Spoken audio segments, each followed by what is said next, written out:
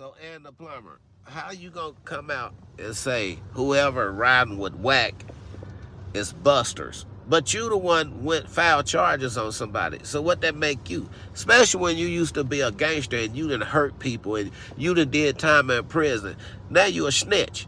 And you trying to make excuses to make it okay. It's not okay. You know what I'm saying? Like, now you want to talk about other people that has nothing to do with it, just their opinion.